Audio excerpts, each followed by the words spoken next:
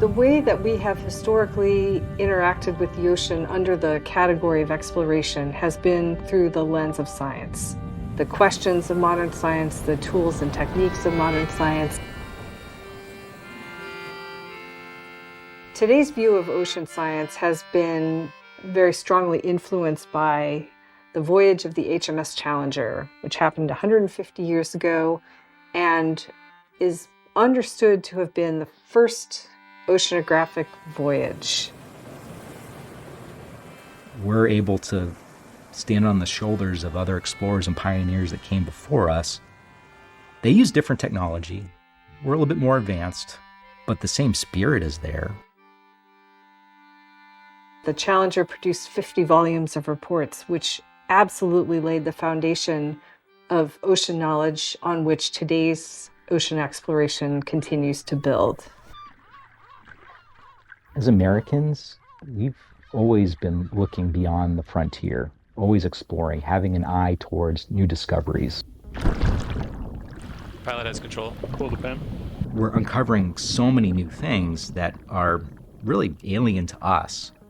But all of those are just stepping stones, building blocks to be able to gain a better understanding of the ocean. And you need those building blocks if we're going to be able to make the right decisions on how to interact with the ocean in the future, how we're going to manage our resources.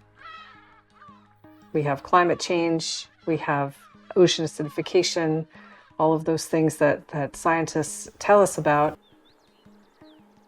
Just as much as we see change on a climate scale here on the surface, all of that's happening underwater as well. It's not a quiet place. It's not a still place. There's currents that rip around these areas on the bottom of the ocean that are driving the circulation throughout the whole globe. To gain a better understanding of that is super important. Exploration should never just be centered on scientists. We should always center our exploration in a broader context. We should be able to take that exploration and translate it for the public, to give it to the public for them to be able to understand. And that's how we get the public excited about exploration. That's how we get the public excited about what lives in the deep ocean. And it's how we get that next generation of scientists. Pilot, dive super. Go ahead, dive super. Let's descend at 15 meters a minute, hold at 50. Good copy.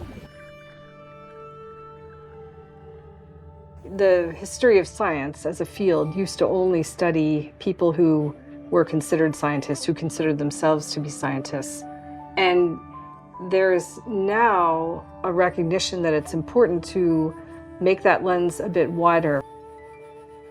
We look at the ocean one way, but you don't have to go too far working with different coastal communities where they see the ocean in a completely different way. As a coastal Chumash person, everything in my culture includes the ocean. It means waves come in, the waves go out. The ocean was doing that before I was born. The ocean will continue to do that when I'm gone. We can't live without the ocean, but without us, she will go on. The ocean is absolutely essential to create the conditions for life on Earth. And it is up to us to take care of it and learn about it so that we can take better care of it. And we should do that in our own interests.